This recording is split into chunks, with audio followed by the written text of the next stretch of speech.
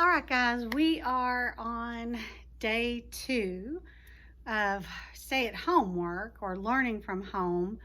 So I'm trying to figure out dates. So this would be September 9th assignment. But we want to kind of pick up where we left off yesterday. You guys were instructed to do Simple Solutions Day 2. In the instructions, and so since no one has a workbook, which you shouldn't because you're learning at home, so you're learning out of your Simple Solutions today was I'm Not Sorry from The Wind in the Willows. So you had to read the passage, answer the questions, and then upload those into the Google Classroom for me to score. So make sure that you do that today so that I have time to go through those and to kind of get an idea of what you remember from last year and to kind of move forward. So make sure you've done that for me. Our end in mind, and I had you copy this in your book yesterday, was I will be able to identify character traits by drawing conclusions from information in the story. And we talked about how do you know someone's nervous, and we talked about some different things that people might do that show that they're nervous. We read a piece about Jada being shy, and then we found evidence that supported that shyness. And so remember that we are also looking for evidence. It's so super important to kind of keep that in mind. Now, our vocabulary is lashed, which means tied. Grimacing, which is making that pained face where something is hurting. Audible is able to be heard. A spasm is a cramp. Rigid is where something is stiff. Rebelled is resisted. Visualize is making a mental picture. And then we have abated, which means that something has lessened over time. So what you're going to be doing when we get off of this video is you're going to be working on Quizlet today.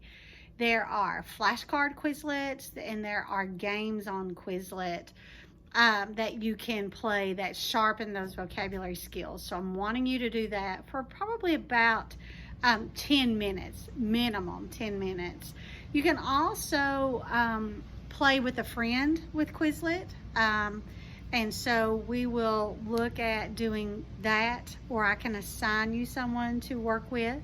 But that I would have to sync up time. So we'll have to kind of wait and see on that. I'm going to walk to the front and I'm going to grab my book. I meant to bring it back here with me. So hold on a sec.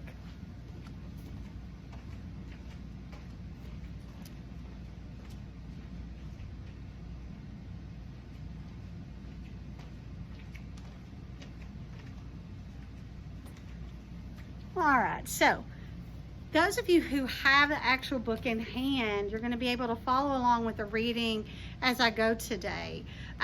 If you are totally dependent upon the attachment, well, you can't do the video and read at the same time. So this is where I am. Our book is by Gary Paulson, and he has a whole set of books that are based in nature. Which are super, super, super good. So when we finish this one, I have about 3 or 4 more of his books in the classroom that I kind of keep hidden away. So if you like this one, all you have to do is let me know and I'll give you another one of his or 2 for just enjoyment reading. So Gary Paulson. So let's go ahead and open up to page 1. Brian Robinson stared out the window of the small plane at the endless green northern wilderness below. It was a small plane, a Cessna 406, a bush plane, and the engine was so loud, so roaring and consuming and loud, that it ruined any chance for conversation. Not that he had much to say. He was 13, and the only passenger on the plane was a pilot named, what was it? Jim or Jake or something, who was in his mid-40s. and who had been silent as he worked to prepare for takeoff. In fact, since Brian had come to the small airport in Hampton, New York to meet the plane driven by his mother, the pilot had only spoken 5 words to him. Get in the co-pilot's seat. Which Brian had done, and they had taken off, and that was the last conversation. There had been the initial excitement, of course, and he had never flown in a single-engine plane before. And to be sitting in the co-pilot seat with all the controls right there in front of him, all the instruments in his face as the plane clawed for altitude, jerking and sliding on the wind currents as the pilot took off, had been interesting and exciting. But in 5 minutes, they had leveled off at 6,000 feet and headed northwest. And from then on, the pilot had been silent, staring out the front, and the drone of the engine had been all that was left. The drone and the sea of green trees that lay before the plane's nose and flowed to the horizon, spread with lakes and swamps and wandering streams and rivers. Now Brian sat, looking out the window with the roar thundering through his ears, and tried to catalog what had led up to his taking this flight. The thinking started. Always it started with a single word: divorce. It was an ugly word, he thought. A tearing, ugly word that meant fights and yelling, lawyers.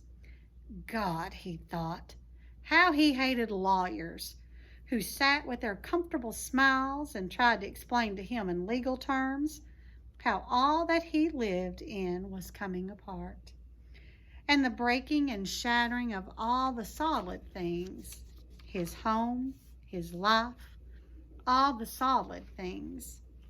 Divorce, a breaking word, an ugly breaking word. Divorce and secrets. No, not secrets so much as just the secret. What he knew and had not told anybody. What he knew about his mother that had caused the divorce. What he knew. The secret. Divorce and the secret. And Brian felt his eyes beginning to burn and knew there would be tears. Well, he had cried for a while, but that was gone now. He didn't cry now. Instead, his eyes burned and tears came. The seeping tears that burned, but he didn't cry. He wiped his eyes with a finger and looked at the pilot out of the corner of his eye to make sure he hadn't noticed the burning and the tears. So if I'm thinking about my end in mind about drawing conclusions, which is what I always need to be thinking about, I can conclude that Brian is pretty upset by his parents' divorce. And the author is using words that make me know that. I'm drawing this conclusion. And those words are ugly and fighting, breaking and shattering. And there's one other piece of evidence, and it says that he starts to cry. So I'm able to conclude that he's upset by that. Now, that's also considered a character trait. You know, if you think about it, a character trait of Brian right now is that he's upset. And those same words that the author is using is allowing us to know that. Let's pick back up.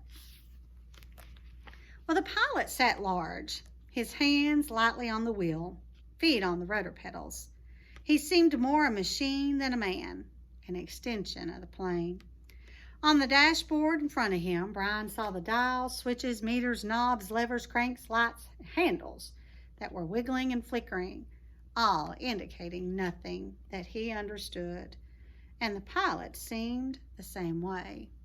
Part of the plane, not human.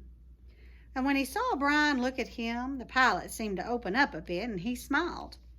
Ever fly in the co-pilot's seat before? And he leaned over and lifted the headset off his right ear and put it on his temple. yelling to overcome the sound of the engine. And Brian shook his head. He had never been in any kind of plane, never seen the cockpit of a plane except in films or television. It was loud and confusing. First time. Well, it's not as complicated as it looks. A good plane like this almost flies itself, the pilot shrugged. Well, it makes my job easy. And he took Brian's left arm. Here, put your hands on the controls and your feet and the rudder pedals, and I'll show you what I mean. And Brian shook his head. I'd better not. Sure, try it. Well, Brian reached out and took the wheel in a grip so tight his knuckles were white. He pushed his feet down on the pedals and the plane slewed suddenly to the right. Not so hard. Take her light. Take her light. And Brian eased off, relaxing his grip, and the burning in his eyes was forgotten momentarily as the vibration of the plane came through the wheel and the pedals. It seemed almost alive. See? And the pilot let go of his wheel, and he raised his hands in the air and took his feet off the pedals to show Brian he was actually flying the plane alone. Simple! Now turn the wheel a little to the right and push on the right rudder pedals, a small amount. Well, Brian turned the wheel slightly, and the plane immediately banked to the right. And when he pressed on the right rudder pedal, the nose slid across the horizon to the right. He let off on the pressure and straightened the wheel, and the plane righted itself. Now you can turn. Bring her back to the left a little. And Brian turned the wheel left, and he pushed on the left pedal, and the plane came back around. It's easy, he smiled, at least this part. And the pilot nodded. Why, all of flying is easy. Just takes learning like everything else. Like everything else. And he took the controls back and then reached up and rubbed his left shoulder. Aches and pains. I must be getting old. And Brian let go of the controls and moved his feet away from the pedals as the pilot put his hands on the wheel. Thank you. But the pilot had put his headset back on, and the gratitude was lost in the engine noise. And things went back to Brian looking out the window at the ocean of trees and lakes. The burning eyes did not come back, but memories did. They came flooding in. The words. Always the words. So I want us to think about what else can we conclude about Brian at this point. It says, I can conclude that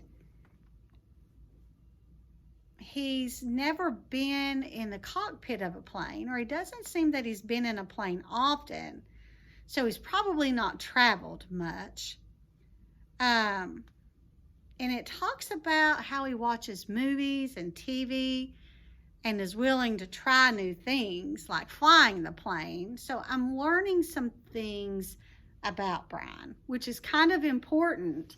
The author of the book is kind of giving us or setting the stage for us to have some knowledge about Brian.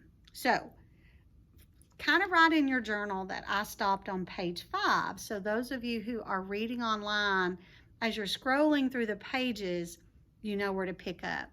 Now, from this point on, all of your sticky notes are going to come from the reading that comes next, okay? So you want to kind of keep that in mind.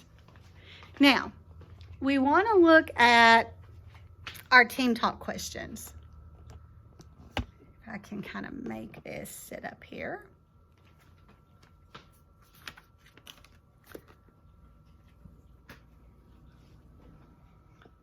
Ooh.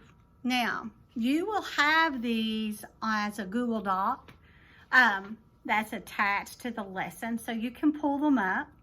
But we're gonna model a little bit about breaking questions down. And what I will tell you is I start with this book because the questioning in this book, for the most part, is almost simplistic. It's a kind of a review type thing that is really good since we've had time off through the summer break. And And since we've not really been in a school setting since March, I don't want you to think, oh, these are so easy.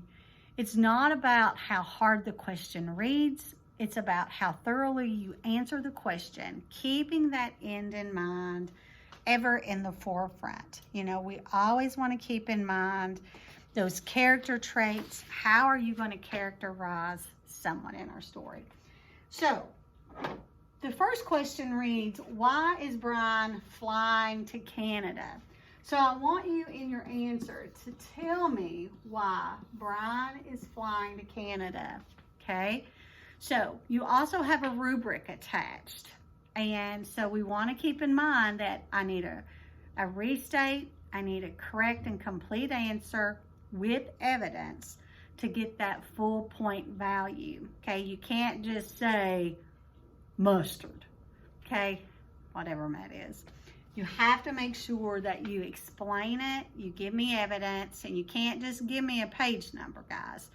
You know, evidence means page number plus a quote from the book. Number 2, how does Brian know the pilot is having a heart attack? Spoiler alert there, okay? I'd like you to explain to me how Brian knows pilot is having a heart attack, okay? So how does he know that?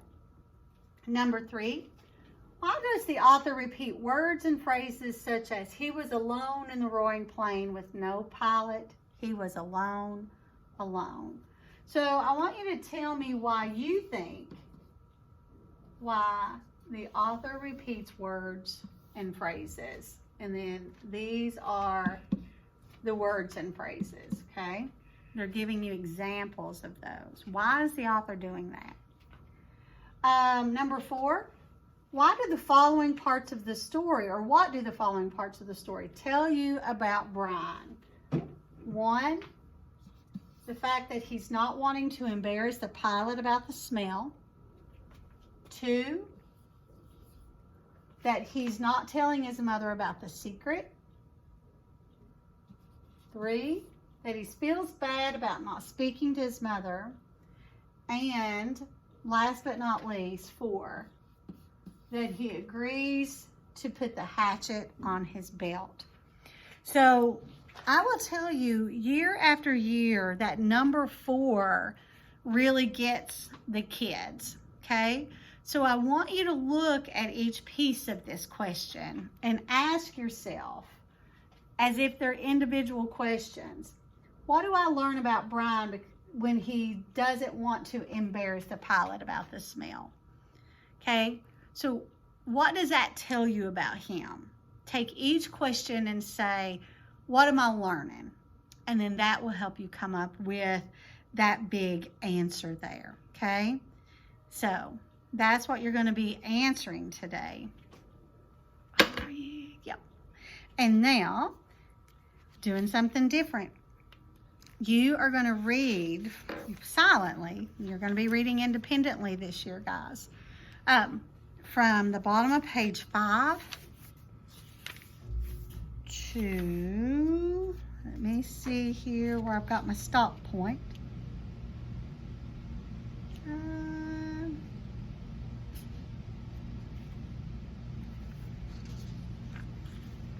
To the end of the chapter. So you're going to be reading from 5 to page 12. Now, at the end of that reading, you are going to be answering for me all 4 questions, and you're going to be uploading those into Google Classroom. Okay? So you have your simple solutions that will be coming up as one attachment itself. Okay, so you'll do that and send it, and then you will redo another one that will have your team talk on it. So there will be 2 things that you're sending me, okay? Now, I need those today so that I can get your stuff scored and give you feedback, because you will want the feedback. You will need to answer these 4 questions in your reading journals, okay? You're going to write them in your journals, before you start typing them. Okay, they need to be in the journal.